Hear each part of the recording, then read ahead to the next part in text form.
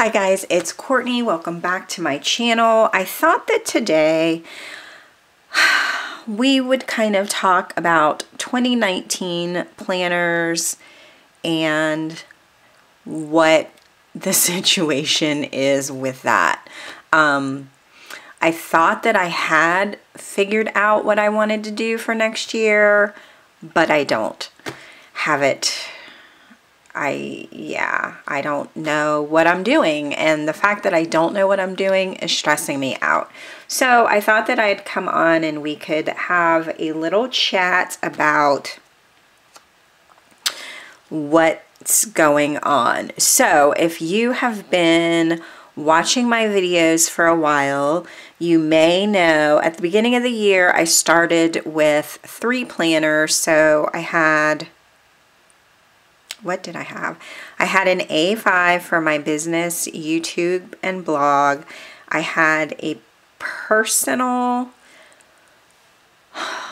Filofax for, I think I just had it set up as like my everyday carry, and then I had like a B6 as kind of my catch-all everything. Well, that didn't last for very long, and I quickly threw out the both of the Filofaxes. So I switched from those to, and I don't even have any of them up here. So I did keep my B6, and I had my B6, and I think I had my B6 and my personal size Filofax for a long time. And then I decided around the spring that it was all too much. So then I moved strictly into pocket sized. So I had, oh crap, I had a couple of pocket sized, this is like super cute. I forgot how much I like this. So I had a couple of pocket size planners that I used for a long time, and then I felt the need to, oh, then there was One Book July. I forgot at some point I threw a hobonichi into the mix. So I was using my hobonichi at the beginning of the year, kind of, and then it fell off and I didn't use it. And then One Book July came and I used it exclusively for July and a lot of August. And I really enjoyed it. But then around August, I felt the pull of something else. So I jumped into a Happy Planner, and I decided to give a standard size a try for my everyday carry. So this is the one thing that I know is not going to change, is my everyday carry. I really like it. It's super functional. I like having my daily pages. So this will, oh man, I just messed up my nail. Well, that sucks. This will continue. So I will link my latest like setup video, but basically I have my monthly. I have a notebook for collections and lists and other notes, and then I have been doing a book a month, which started in September, so this is the November book, and I do a weekly overview, and then I just have a day per page. which I really like. It gives me room to plan. If I don't have many plans, it gives me room to journal. And then I leave some room for memory keeping. So, I mean, sometimes there are like major spreads. I don't have one in here yet, but I can show you maybe. Or maybe not, because I think it fell with the rest of my stuff. But like this is from September. So some of it are like more traditional kind of scrapbooking layouts.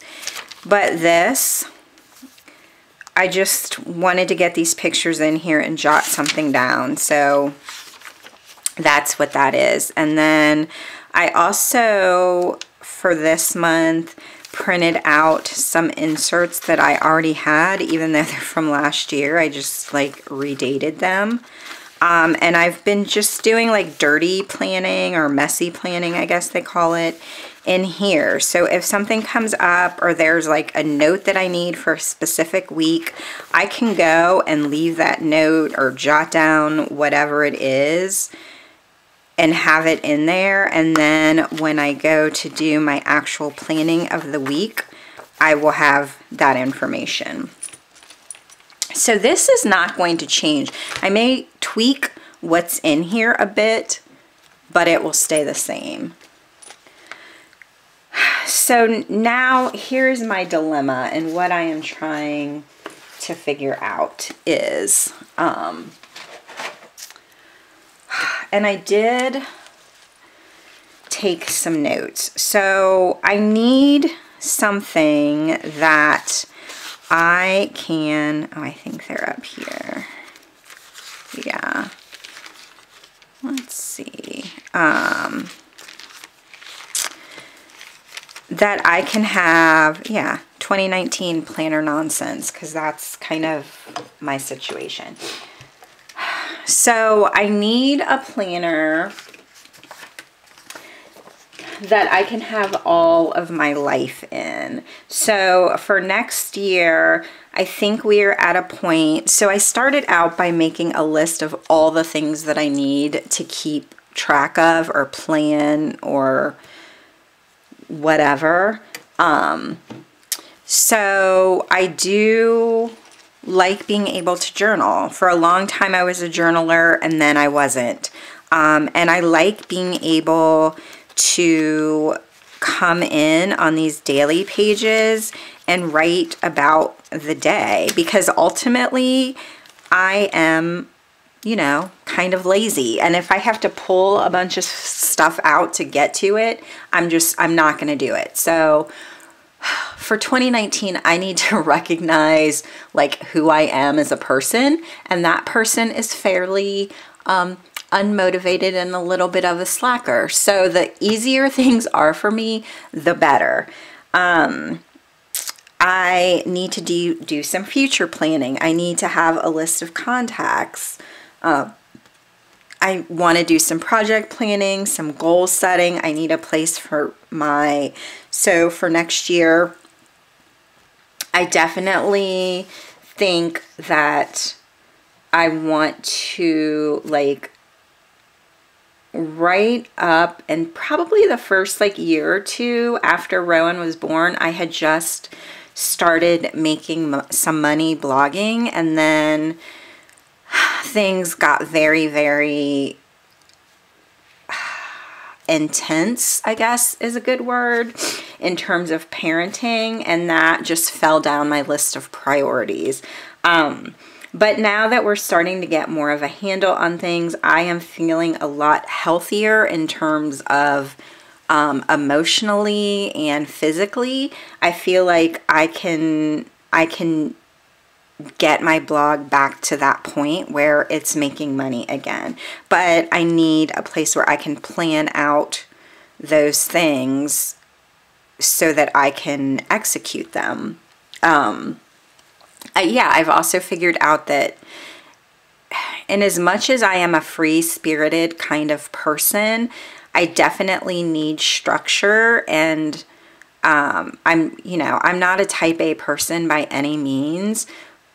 So if I don't have something that tells me specifically what needs to be done, then I'll just do whatever. I'll read a book, or I'll spend, you know, 2 hours on Facebook, or loading up my Amazon cart, or whatever the case may be.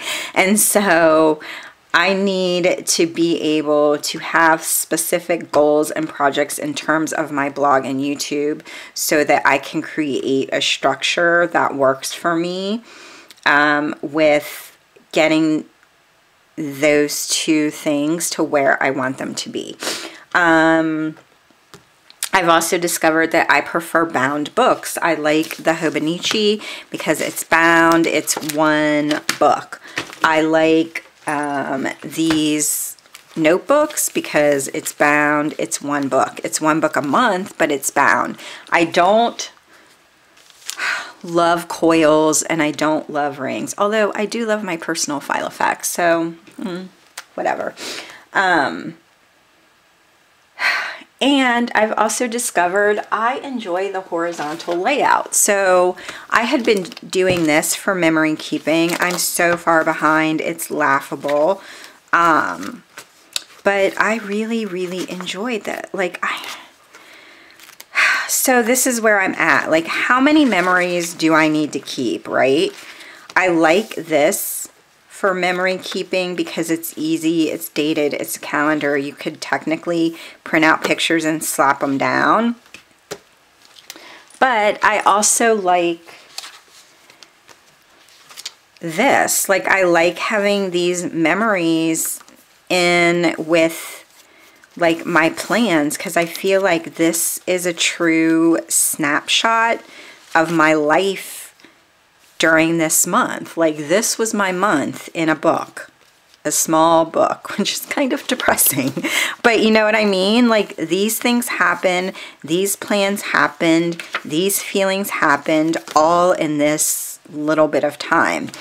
And I enjoy that, and I like having it with me and pulling it out at night, or, you know, pulling it out while I'm sitting in the car waiting for something and looking back and saying like, oh my gosh, these are so cute. Even though I really wanted him to have a homemade costume again this year, he wanted to be Batman, and look how happy he is as Batman.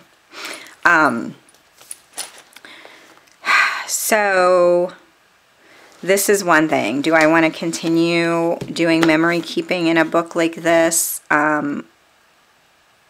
I don't know. Should I? I don't know. Like, I feel like this works because this is something that like your family can pull out and look at.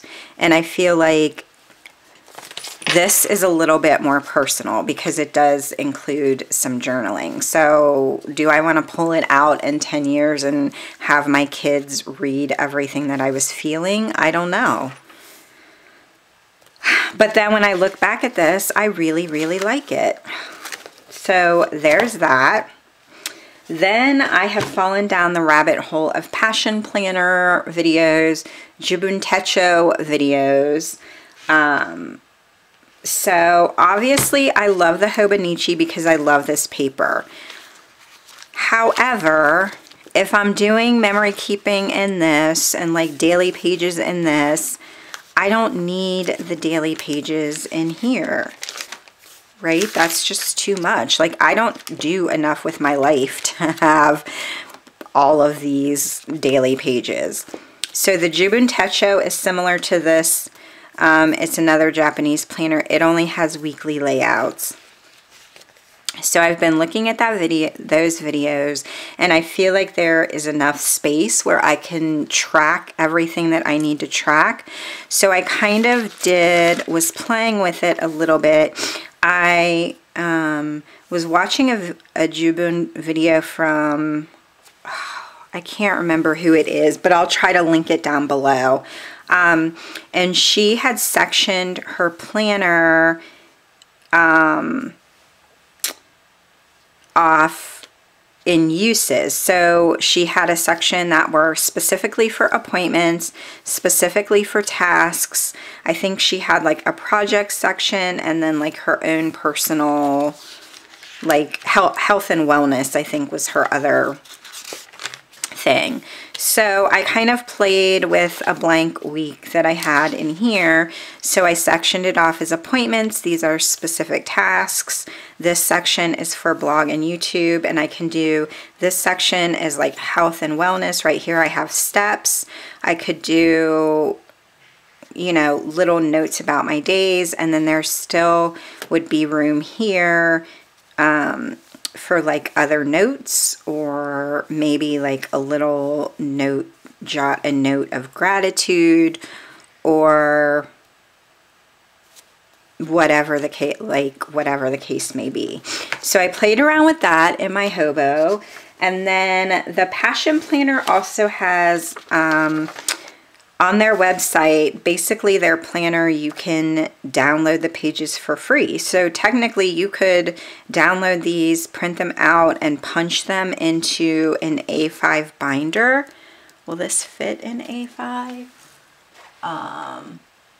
Or I've seen videos of it punched into a like a disc bound system, like punched into a happy planner,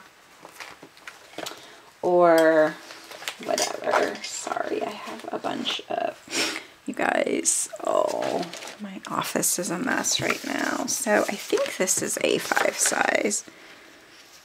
Yeah, I mean, I didn't cut perfectly, but if you cut it perfectly, this would fit into an A5. It was a Sunday start, so I did pull out some date covers and redate it. But I basically did the same thing. So tasks or appointments, tasks, blog and YouTube, and then whatever this is. And then you still have all this space under here for like prioritizing things. You could do trackers here. You could do notes about your week here, whatever. So I'm kind of stuck between the Passion Planner, which really interests me in terms of like narrowing my focus and doing some goal setting next year, and the Jibun Techo, just because I happen to like Japanese planners. So I don't know, you guys, it's a whole mess. And then I also have, you know, this happy planner, which goes until the end of next year. So I guess the good thing about this is, you know, I could pull out the 6 months that I have used, and if I decide not to use this, maybe sell it or give it to someone who wants to try the happy planner. But